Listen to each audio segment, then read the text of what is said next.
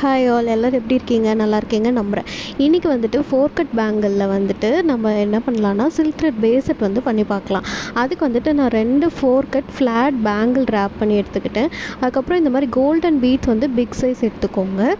அப்புறம் as usual நம்மளோட B7000 க்ளூவும் stick பென்னும் எடுத்துக்கோங்க. இதை வச்சு நம்ம எப்படி பண்ணலான்றதை இப்போ பார்க்கலாம். ஓகேவா? இதுக்கு வந்துட்டு நம்ம வந்து டிஸ்டன்ஸ் மெத்தடை யூஸ் பண்ண போகிறோம்.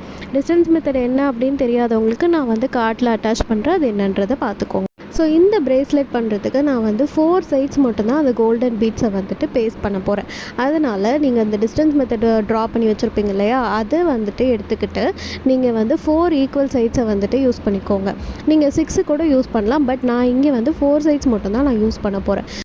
இங்கே நான் 4 சைட்ஸ் எடுக்கிறதுக்கு வந்துட்டு நம்பர் 2, 4, 6 and 8 இந்த 4 சைட்ஸை வந்து நான் சூஸ் பண்ணியிருக்கேன். உங்களுக்கு எப்படி வசதியோ நீங்கள் வந்து சூஸ் பண்ணிக்கலாம். ஸோ இந்த 4 ஈக்குவல் சைஸ் வந்து எனக்கு கரெக்டாக இருக்க மாதிரி தோணுச்சு. அதனால் நான் வந்து அந்த இடத்துல B7000 கொஞ்சமாக, அதாவது அந்த பீட்ஸ் எவ்வளோ வந்து வைக்க முடியுமோ அந்த அளவுக்கு நீங்கள் வந்து வச்சுக்கலாம். வச்சதுக்கப்புறமா ரொம்ப கேர்ஃபுல்லாக அந்த பீட்ஸை வந்துட்டு இது மேலே வந்து ஸ்டிக் பண்ணுங்கள்.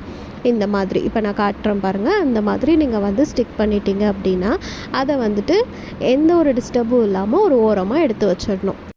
பிரேஸ்லெட் பேக் பண்ணுறது ரொம்ப சிம்பிள் தான். இங்கே வந்து நான் கோல்டன் பீட்ஸ் யூஸ் பண்ணியிருக்கேன் இல்லையா, அதுக்கு பதிலாக நீங்கள் வந்து ஸ்கொயர் ஷேப் வந்து யூஸ் பண்ணிங்கன்னா இன்னுமே நல்லாயிருக்கும்.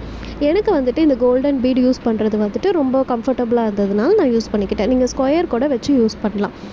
இப்போ இன்னொரு பேங்கிள் எடுத்துக்கோங்க. அந்த பேங்கிள் எடுத்துகிட்டு சேம் லாஸ்ட் டைம் பண்ண மாதிரி 2, 4, 6, 8 இதே பிளேசஸில் நீங்கள் வந்து க்ளூ அப்ளை பண்ணணும். க்ளூ அப்ளை பண்ணதுக்கப்புறமா ஒரு 5 செகண்ட்ஸ் வெயிட் பண்ணுங்கள்.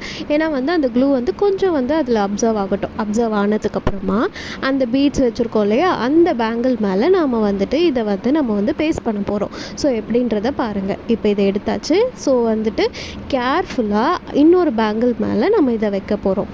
அவ்வளோதான். இவ்வளோ தாங்க பிரேஸ்லெட் மேக் பண்ணுறது. ஒன்றுமே கிடையாது, சிம்பிள். ஸோ இதை வந்துட்டு நீங்கள் உடனே டிஸ்டர்ப் பண்ணக்கூடாது, கொஞ்சம் நேரம் விட்டுடணும். இப்போ நான் உங்களுக்கு எடுத்து காட்டுறதுக்காக நான் காட்டுறேன். ஸோ இதை வந்து டிஸ்டர்ப் பண்ணாமல் ஜஸ்ட் வந்துட்டு ஒரு 15 to 20 மினிட்ஸ் வரைக்குமே நீங்கள் கம்ப்ளீட்டாக ட்ரை பண்ண விட்டுருங்க. இவ்வளோ தான் பிரேஸ்லெட் மேக் பண்ணுறது. நெக்ஸ்ட் வீடியோவில் நான் வந்துட்டு இதை எப்படி டிசைன் பண்ணலாம் அப்படின்றத நான் உங்களுக்கு காட்டுறேன். ஓகே, தேங்க்ஸ் ஃபார் வாட்சிங். பாய்.